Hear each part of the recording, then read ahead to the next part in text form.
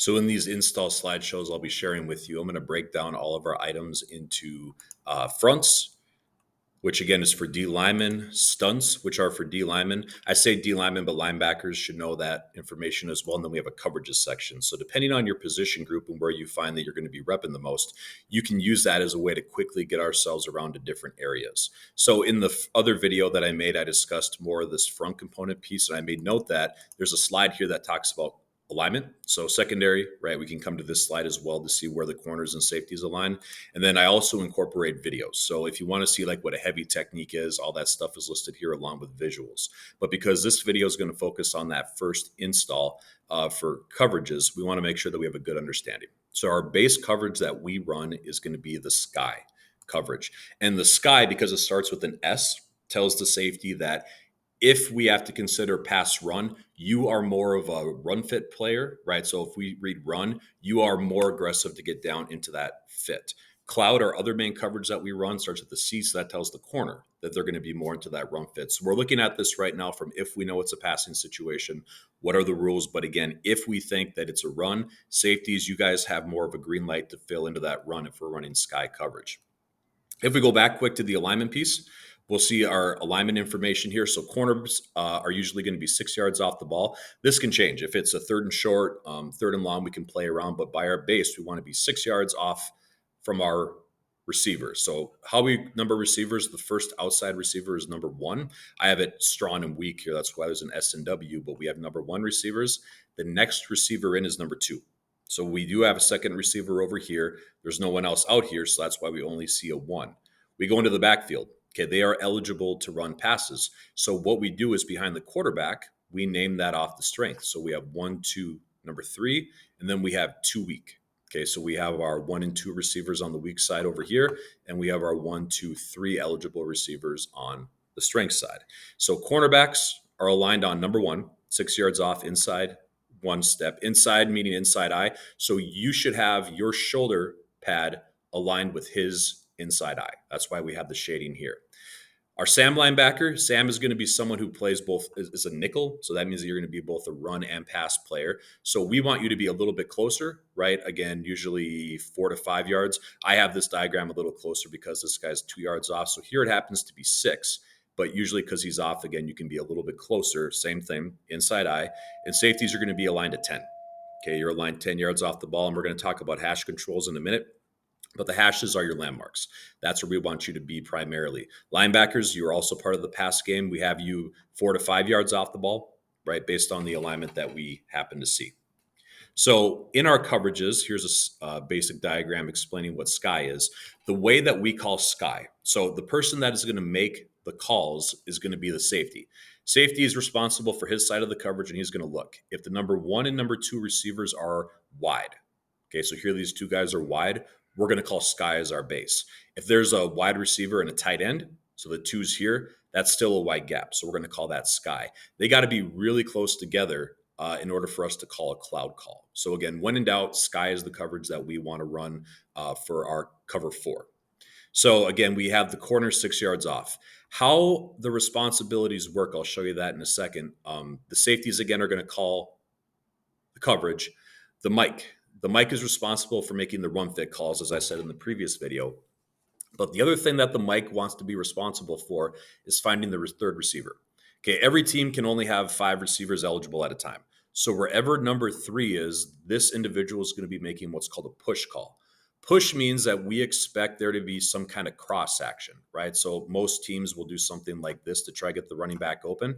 If that's the case, it doesn't make a whole lot of sense for Sam because his base job is the number 2 receiver. If he tries to come here and that Mike has to come all the way over here to try to get to that number 3 receiver, he's probably not going to get there. So the Mike linebacker and whomever this is, the Sam or Will can also be a part of this.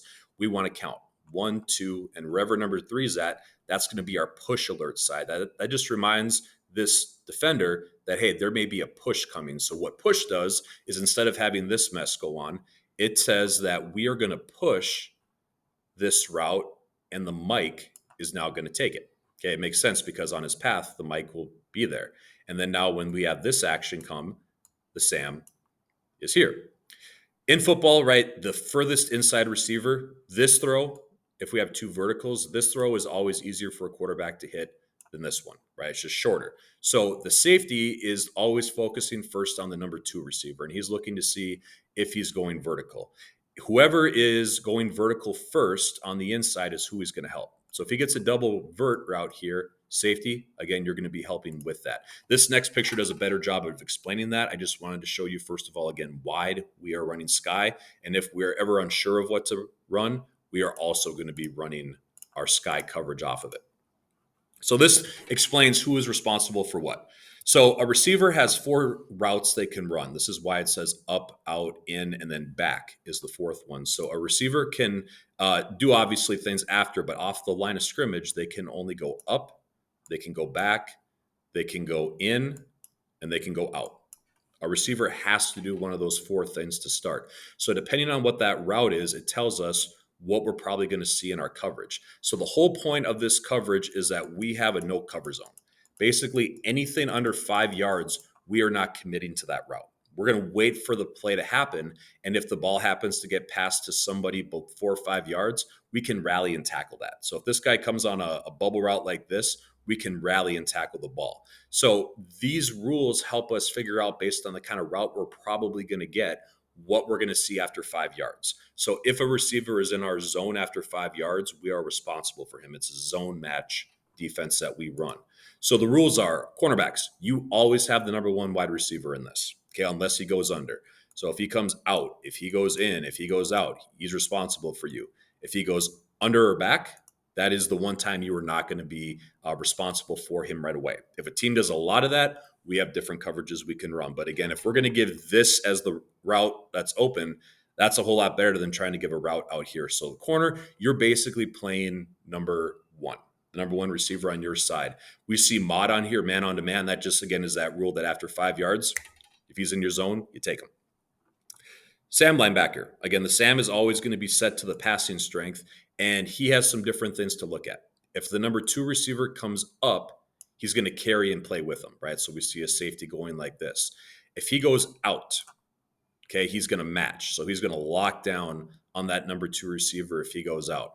If he comes in, we're going to do what's called a deliver, or that's part of our push rule, right? So if number 3 goes in like this, we're going to stay by him, right? But the minute we see that push, that number 3 come out, we're going to anchor on him, and then that Mike is going to take him. Mike linebacker by default always has the number 3 wide receiver, but again, he is looking to see, is there a push call? And then he may have number 2 as a result. Will, you are a wall defender. So what wall defenders do is they have only one side. So we're making a wall right here. Your job is to try keep this number 2 receiver from going inside, right? If he goes outside, you've done your job. So if he goes out, hash control, that just means you're going to keep climbing vertically to see what happens. If he goes up, you're going to carry with him, right? So if he goes vertical, you're going to work with him. And if he goes in, we deliver. So same thing. Again, if we get him on the inside, Mike can play. Depending on the scheme, sometimes you may have to carry or go with this, deliver with this 2 in. But for right now, you can actually just ignore or pass him off to the Mike linebacker. If teams want to do this, right, they may run a mesh concept. So what we'll look at then is with this deliver is that if a team does something like this, right, so they run across, the Will would eventually take on this receiver because he is going out, right? He can rally to that late if we need to. So again, we're giving and protecting the deep, easy routes and giving the outside deeps and the outside underneaths open, because again, those aren't going to kill us if we have to make a play on that. Safeties, you are always playing on your hash, right? So the most you can ever go off is 1 step. And again, we talk about being 10 yards and you're identified. Again, this receiver for the free safety and this receiver are more dangerous to us than this number 1 receiver. So if you had a situation where, again, you had 2 vertical routes from here, you are going to cap or help on number 2. So your read is always the number 2 receiver. Backside safety, same thing for you if we are in sky. So if number 2 comes up, you're going to cap him. If number 2 goes out, you're going to continue getting depth and say, okay, where's number 1, right? If number 2 goes out, number 1's probably going vertical. So he's the one that you are going to help. If number 2 goes in, right, so he goes underneath, again, you're looking at the same thing. So if number 2 does anything but besides go vertical, you are then focusing on number 1. Both safeties are doing that. So again, if you get here, you are helping boundary safety on the number 2 receiver.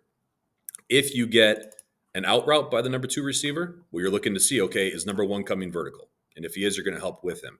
If he goes here, same thing, looking at this number 1 receiver. There are certain situations where we may have you look to see if this guy's going vertical, right? Because if a team goes a double like this, we may have to have both safeties play. But again, in base alignment, if number 2 does anything other than go vertical, you're taking that number 1 receiver. So that is our sky coverage, again, the base coverage that we are going to be operating week in and week out. Here's just a visual to show that zone match. So typically after receivers run their route, they're going to end up on the outside in the alley or in the crease. Usually corners are going to have whomever's on this outside piece.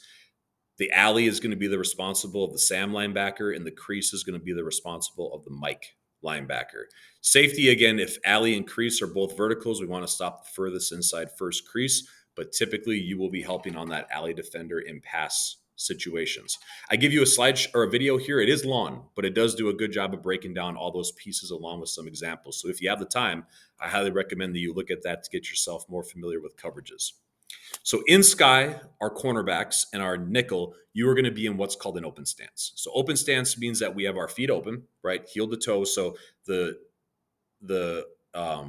feet are aligned here, right, with the toes aligned, and we're going to have you tilted inside. The reason why we want you tilted inside is so that if there's a run, you can react to it.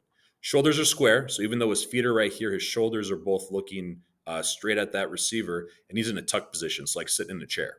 Okay, so this is his way to be able to cover his receiver if he needs to. Again, in sky, cornerback, you're more concerned about pass than you are run, right? And but if there is a run, you can rally to it late. So our nickel and corner, this is our base stance that we're going to be utilizing. Here's a video that looks at the footwork piece of it, so how we drop, again, so we can cover that receiver but not totally bail and put ourselves in a situation where we can't help on the run. So there's a good video there to look at. Dividers, right? So we also can play around. So usually this is our base alignment we're going to see. So this is what that inside eye looks like for our cornerbacks. Depending on what a team does, sometimes if the receiver lines up way to the inside or the outside, we may adjust to it. So there is an outside eye technique that we may use later on in the season. And then here's another example of like a very far inside eye technique that, again, we can use based on receiver lineups. So to give you a visual. Safety is right, you're on hash control. So all that this means is that as a safety, it is your responsibility to make sure that you are lined up on your hash. And if you go off your hash, you're going no more than one step off of it. Okay, and the reason why we do that is because teams will shift and align purposely to one side to try get our safeties out of line, and then they can have an angle coming to the backside. So by default, safeties, we always want you no more than one big step off your hash. So that covers our base coverage. Again, we're going to rep a lot of this on the field, but for those visual and auditory learners, here's a way for you to get that first big step in of how to look at coverages.